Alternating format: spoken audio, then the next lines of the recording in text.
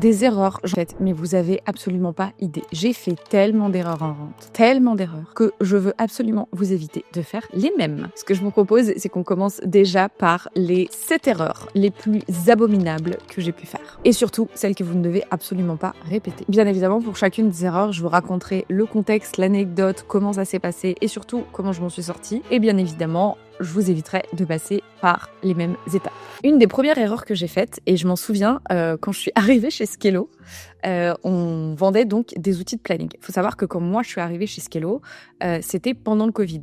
Donc, forcément, les restaurants n'étaient pas ouverts, c'était fermé. Et la problématique, c'est que du coup, on a eu plein d'autres secteurs d'activité, puisque il faut savoir que Skello ne s'est pas juste reposé sur la restauration, ils avaient déjà un petit peu anticipé avec le premier confinement, puisque moi j'étais arrivée au deuxième, et donc ils avaient déjà commencé à proposer leurs offres à d'autres secteurs qui, elles aussi, avaient des problématiques de planning. Le fait est que moi, je devais gérer la demande entrante chez Skello. Et donc, parfois, on avait des demandes de gens qui, je pense, à travers la pub, ne comprenaient pas exactement ce qu'on faisait. Et je m'en souviens encore. Mais pour mon premier job, quand je suis arrivée, il y avait une dame que j'avais eu en rendez-vous. Je pense que je m'en souviens encore parce que mon manager m'avait mis une tollée ce jour-là. Je la prends en rendez-vous. Je passe 1h45 en rendez-vous avec elle, en essayant de comprendre ses besoins. Mes questions n'étaient absolument pas structurées.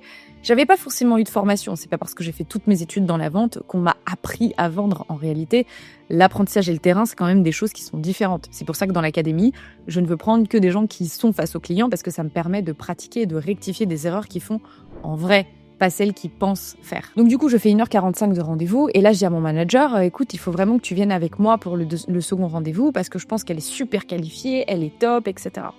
Mon manager à l'époque, Thomas, si tu regardes cette vidéo, coucou, je pense que tu t'en souviens, arrive dans le rendez-vous et puis là, la cliente commence à parler, à expliquer un petit peu ses besoins. Et puis Thomas creuse, répond, moi je comprends pas trop parce que j'avoue, ça doit même pas faire une semaine que je suis dans la boîte. Et là, il me regarde et il me dit, mais Chalène, plus jamais tu me fais un rendez-vous comme ça. Et alors là, moi je deviens toute rouge, je me dis, mais c'est pas possible, qu'est-ce que j'ai fait? Il me dit, mais Chalène, c'est pas du tout qualifié ça. Il me dit, mais on peut pas du tout l'aider. Elle a des plannings super compliqués, c'est tout le temps les mêmes. Enfin, à la fois c'est les mêmes, mais à la fois elle n'a pas vraiment de besoin. Elle fait du rattrapage de temps, fonctionnalité qu'on n'avait pas encore chez Skello. Il me dit, mais en fait, on n'est pas du tout adapté. Enfin, c'est pas du tout ça qu'on fait. On fait pas que du planning. Enfin, elle veut vraiment un outil de gestion RH et c'est pas du tout ce qu'on fait. Et en fait, l'erreur là-dedans, c'était d'avoir ramené mon manager sans correctement avoir qualifié. Mais surtout, la plus grosse erreur, c'est qu'en fait, je ne comprenais pas à qui on vendait. C'est-à-dire que j'étais arrivée chez Skello, je vendais des outils de planning, je partais du principe que si la personne avait fait une demande, donc elle était forcément qualifiée. Que nenni. C'est pas parce que les gens font une demande entrante qu'ils savent exactement ce qu'ils veulent et très souvent, entre la compréhension de ce qu'ils ont de ta proposition de valeur et de ton offre et comment tu peux les aider, et il y a un monde. Donc c'était pas une très grosse erreur, c'est juste que j'ai fait perdre du temps à mon manager, je me suis un petit peu décrédibilisée parce que je l'ai fait venir sur un truc que je lui ai vendu comme étant monts et merveilles alors qu'en réalité on pouvait pas du tout aider cette dame-là. Et surtout, je ne m'étais jamais posée, et c'était pas la première étape puisque j'avais voulu aller beaucoup trop vite en besogne, je ne m'étais pas posée sur, mais en fait, qui on aide, quelle est la problématique qu'on résout vraiment, pourquoi, etc. Ça m'a servi de leçon, puisque après, je peux vous assurer que la deuxième étape, ça a été de bien vérifier ce qu'on faisait et les personas. Mais toutefois, je tiens quand même à le préciser, ça peut également être un avantage, parce que je sais que chez HubSpot, je connaissais un peu plus ce qu'on faisait, je m'étais quand même renseignée, mais le produit est tellement complexe qu'il y a plein de cas d'usage auxquels on peut répondre. Et parfois, il y avait des secteurs ou des industries où des gens restaient trop figés dans le fit parfait, donc le client parfait, le client idéal, qu'au final, ils oubliaient parfois peut-être d'autres industries à qui on aurait pu apporter de la valeur et qu'on aurait pu aider. Donc, je pense qu'il y a un juste milieu de quel est le problème que tu résous, et ça passe également par la qualification et pas de se dire que à partir du moment où la personne fait une demande entrante, tu peux obligatoirement l'aider. Donc l'erreur, ça a été de ne pas comprendre réellement à qui on vendait, ce qu'on faisait, qui étaient notre cible, etc. Donc je manquais énormément de connaissances. La deuxième erreur que j'ai faite m'a coûté pour le coup beaucoup d'argent. Je me souviens encore, alors c'était pas très cool parce que c'est un peu un coup de que m'a fait mon ancien manager, mais c'était dû à une de mes erreurs, bien évidemment. Il se trouve que on a changé de manager à un moment chez Skello et on est passé du coup du manager dont je vous parlais tout à l'heure à une ancienne collègue qui est passée du coup manager. On peut pas dire que ça se passait très bien, c'est toujours très compliqué quand on a une collègue qui devient notre manager. Ce qui est sûr, c'est que je suis partie en vacances et qu'en fait, je travaillais une opportunité d'une personne qui était partie. Et donc, cette personne-là, je l'avais relancée, on avait discuté, il y avait des mails, etc. Mais j'avais fait 2 erreurs. La première, c'est que j'avais pas mis à jour le owner, donc la personne en charge dans le CRM. Et la deuxième erreur, c'est que je n'avais mis aucune note dans le CRM. Et donc, l'erreur qui a été la mienne, c'est qu'en fait, quand la prospect a rappelé quelqu'un, elle a refait en fait une demande entrante sur le site, ce qui signifie que ma manager l'a reprise, a même dit que ça venait de ma part, mais comme il n'y avait rien dans le CRM, eh ben, je n'ai pas touché la commission. Voilà, la commission est repartie à quelqu'un d'autre parce que je n'avais rien noté dans le CRM. Et donc, ce qui n'est pas écrit n'existe pas. Voilà, c'est quelque chose qu'il faut apprendre. Si vous êtes commercial et que vous arrivez dans une boîte, si ce n'est pas écrit, ça n'existe pas. C'est une erreur qui sert aussi, pour le coup, je pense, dans ma vie entrepreneuriale, c'est s'il n'y a pas d'écrit, ça n'existe pas. Parce que la plupart des gens vont parfois ne pas être forcément très honnêtes, mentir. Et c'est vrai qu'on peut avoir tendance à faire confiance assez vite. Mais ça m'a bien appris une chose, c'est que maintenant, je note tout. Je note tout, j'enregistre toutes les réunions, je retranscris tout. En plus, aujourd'hui, avec de l'IA, c'est beaucoup plus possible. Mais ça m'évite, en fait, de refaire cette erreur, de me faire avoir sur du chiffre d'affaires par des équipes, etc. Donc, je sais que tous ceux qui sont dans des organismes commerciaux, franchement, notez, écrivez tout, gardez des traces écrites de tout, parce que c'est vraiment ce qui vous permet de vous protéger si toutefois il y a un désaccord ou un conflit en interne, et surtout vous évitez de vous faire piquer votre commission, voilà, par quelqu'un qui n'a rien fait, strictement.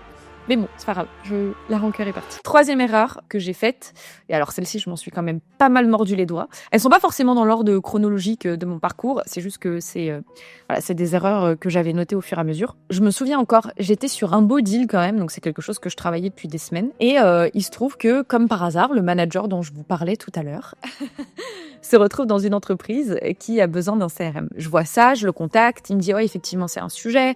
Je discute avec la personne en charge de la relation client, donc j'ai quand même plusieurs billes et plusieurs interlocuteurs avec lesquels je discute. À un moment donné, le directeur commercial rentre dans la boucle et ce directeur commercial me dit, assez froid au début, finalement assez sympa, puisqu'il m'a même fait un mail après pour me dire « Écoute, j'avoue que j'étais peut-être un peu froid sur le premier rendez-vous ». Mais pour me dire que il avait un besoin, que de toute façon c'était lui qui gérait, etc. L'erreur qui a été la mienne, c'est de faire 5 rendez-vous différents avec la démo sans avoir le décisionnaire dans la boucle. Oui, j'ai fait cette erreur moi aussi. Voilà, j'ai fait cette erreur. J'ai totalement fait confiance, j'ai fermé les yeux et j'étais persuadée qu'effectivement, il avait un pouvoir de décision parce qu'il m'avait sorti les grandes phrases et les grands violons et je connais le fondateur et je mange avec lui et blablabla et machin. Et j'étais encore chez lui la semaine dernière avec sa femme et ses enfants. Ouais, mais ça veut pas dire qu'il va te confier un projet à plus de 100K. Et en fait, l'erreur qui a été la mienne, c'est de faire beaucoup trop confiance, de commit, donc de m'engager dessus auprès de mon manager et donc de totalement planter mes chiffres. Voilà, comme une belle idiote que je suis et que j'ai été, bien évidemment. Donc maintenant, ce que je fais, c'est que je fais une double, triple, quadruple vérification pour savoir que j'ai bien le décisionnaire dans la boucle.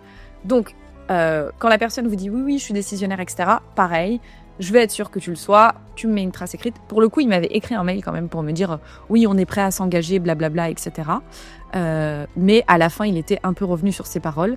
Donc, ça ne garantit pas, c'est un peu une erreur qui m'a fait perdre surtout beaucoup de temps, mais in fine, qui m'a appris que c'est pas parce que quelqu'un vous vend monts et merveilles et paillettes et je suis décisionnaire et tout le tralala que c'est vrai. Et donc, il faut toujours quand même remettre un petit peu en doute et en cause la parole du prospect. La 4e erreur, c'est que j'ai été trop gourmande sur un deal. Et oui, faites attention à ça, parce que je l'ai faite, celle-ci. J'ai eu un client qui m'a, un prospect, bien évidemment, c'était pas encore un client, mais c'était un prospect, qui arrive avec voilà ce dont j'ai besoin et voilà ce que je veux et puis ce serait bien de faire ça aussi et puis on aurait besoin de marketing et puis c'est vrai que notre support client c'est pas dingue et puis ceci et puis cela et alors là moi pépite dans les yeux, je me fais avoir comme une bleue par le nombre d'employés sur LinkedIn parce que en général tu sais à peu près où il se situe en termes de chiffre d'affaires parce que quand t'as X personnes à payer, bah, tu te doutes bien qu'il fait au minimum X et je commence à lui présenter un prix et alors là je me perds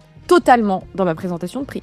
C'est-à-dire que je commence à lui présenter un prix en disant « il vous faut ça, et puis il vous faut ça, et puis il vous faut ça, et puis il vous faut ça ».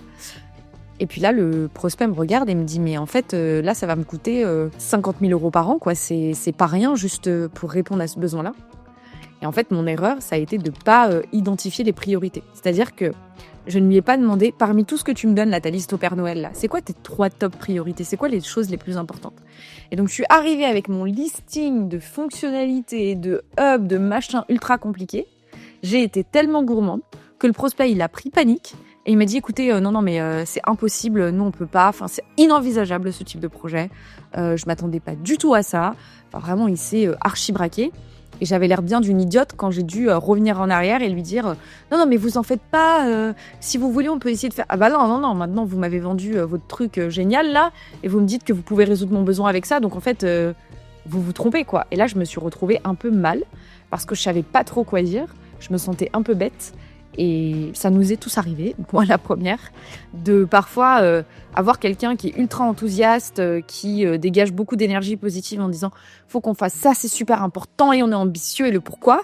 Puis là, tu arrives à la présentation de prix et puis le mec te regarde et te dit « mais t'as pété les plombs, enfin ça va pas la tête ou quoi, je vais jamais mettre X euros là-dedans ». Et en fait, tu te rends compte que tu as été peut-être un peu trop gourmand et que tu n'as pas priorisé ou qualifié. J'ai pas demandé le budget parce que je me suis dit ça va, ils sont 50 sur LinkedIn, ça va le faire. C'était quand je gérais les small business. Ça va le faire, y a pas de souci, etc. En fait, pas du tout. Le client, il m'a regardé totalement dépité en se disant mais elle est complètement malade celle-là. Je vais jamais acheter son truc, c'est beaucoup trop cher. Et il y a un truc que j'avais pas soupçonné, c'est qu'en fait il y a aussi une notion de marge, ça dépend de ce qu'ils vendent. C'est pas parce que les gens ont des grandes ambitions et c'est pas parce qu'ils ont identifié leurs problèmes qu'ils sont vraiment prêts à les résoudre. Et ça c'est vraiment une leçon que j'ai apprise dans le dur parce que franchement il s'est totalement fermé quand je lui ai présenté l'offre. Il était là en mode mais je comprends rien, pourquoi il y a ça, ça coûte une blinde, je m'attendais pas du tout à ce que vous me présentiez quelque chose d'aussi cher, enfin c'est impossible que vous vendiez à des entreprises, enfin vraiment il était totalement descendu de 1000 étages et ça c'est parce qu'en fait je l'avais pas préparé quoi. Je suis arrivée, j'ai été trop optimiste, je lui ai présenté ma panoplie, ma lettre au Père Noël de voilà tout ce qu'on peut faire et ensuite revenir en arrière ça a été super dur parce que j'ai mis tellement de bonne volonté et de bonne énergie dans mon pitch au moment où je lui ai présenté tout ce qu'on pouvait faire pour lui que forcément, il m'a un peu regardé en se disant ouais, c'est génial, tu me vends plein de paillettes et maintenant que tu dis que je peux pas l'avoir, quoi. En gros, t'es en train de me vendre un buffet à volonté avec pâtisserie, entrée, plat, dessert, puis finalement, t'es en train de me dire que je peux m'acheter que 3 branches de céleri.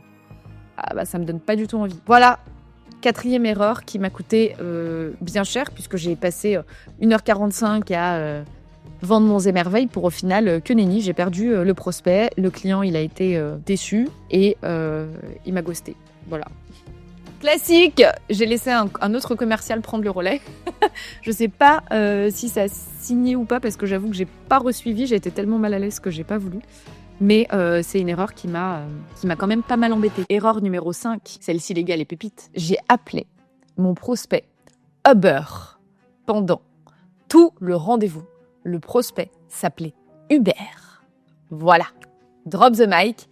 Erreur numéro 5. Pendant tout un rendez-vous de vente, c'était pas un énorme deal, c'était un petit deal, mais on fait un rendez-vous de vente. Ça se passe super bien, on rigole, on discute et tout. Et puis à un moment, je dis oui, non mais Uber, il me dit, excusez-moi, mais moi c'est pas Uber, c'est Uber.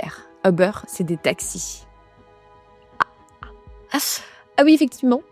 Uber, ce sont des taxis. Je me sens idiote, bête, mal à l'aise.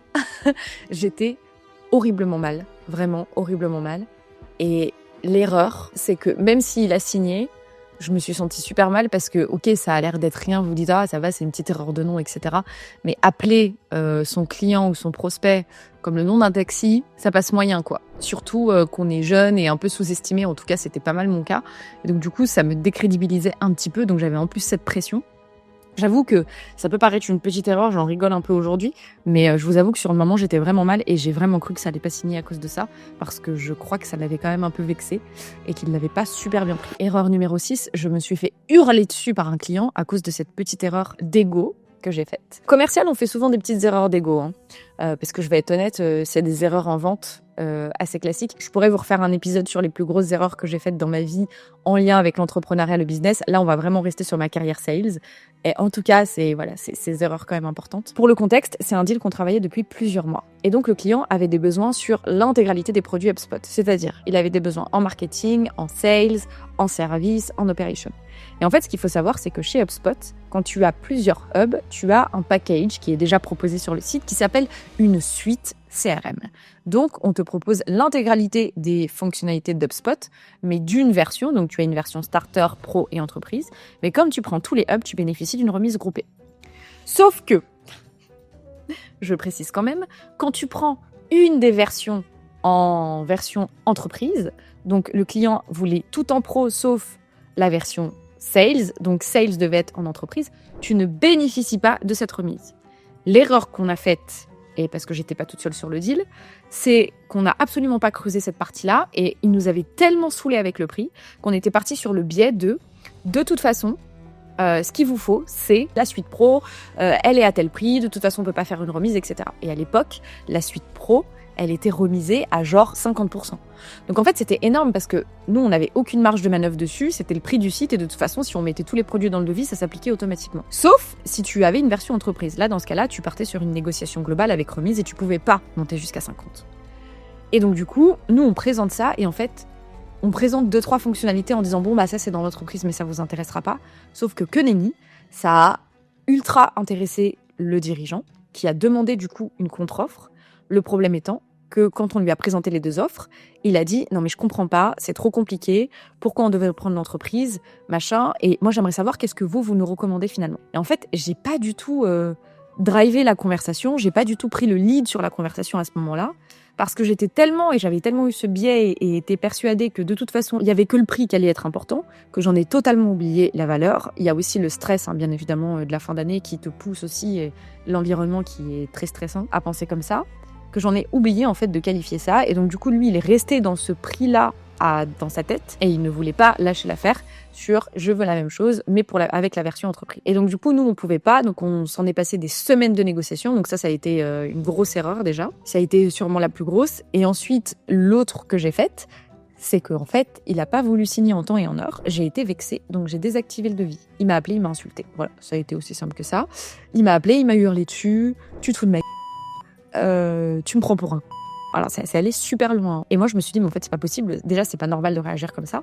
Mais, pour le coup, je comprends. Il était à 30 minutes près, il aurait pu signer, mais c'est juste que j'avais désactivé le devis. Donc, de là, j'ai un peu sorti une excuse. J'avoue, j'ai un peu perdu mon courage et je lui ai dit que ça, c'était automatique. C'était pas du tout automatique.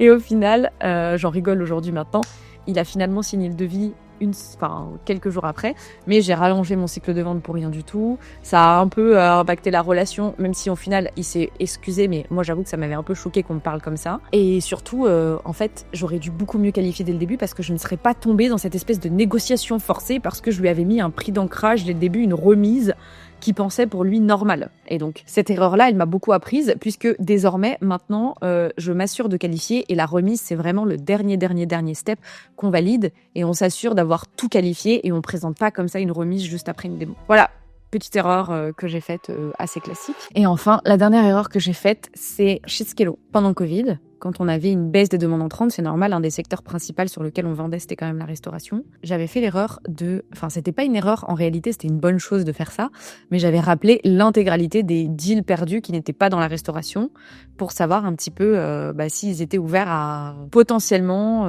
réenvisager la mise en place de Skello. Et en fait, l'erreur que j'ai faite pendant cette période-là, c'est que, j'étais absolument pas organisée.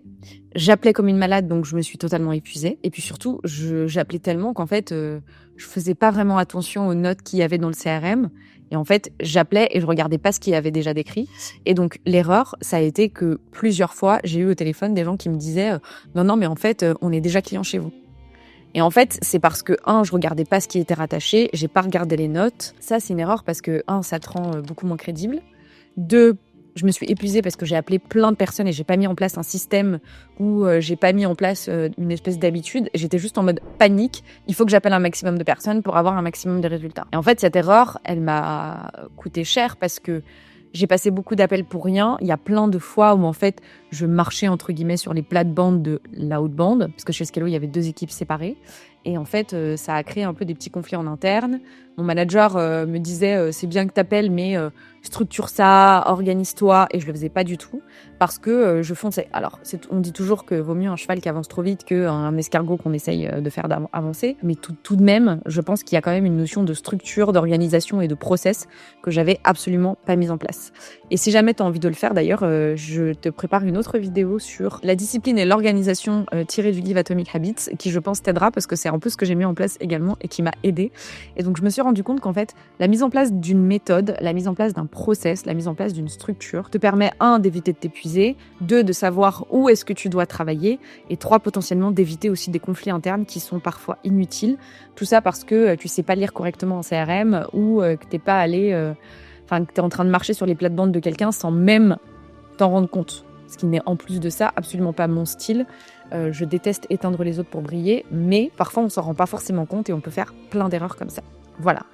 C'était donc les 7 erreurs que j'ai faites en vente. Je pourrais vous faire un épisode 2 en vrai, tellement j'en ai fait, il faut juste que je m'en souvienne parce que le cerveau a cette fâcheuse tendance à oublier les moments un peu trauma, parce que moi ça m'avait quand même pas mal vexée. Je pourrais vous parler aussi d'autres choses, d'autres points, et je pourrais bien évidemment vous faire une vidéo aussi sur les success stories parce qu'il faut quand même célébrer quand tu fais les choses bien.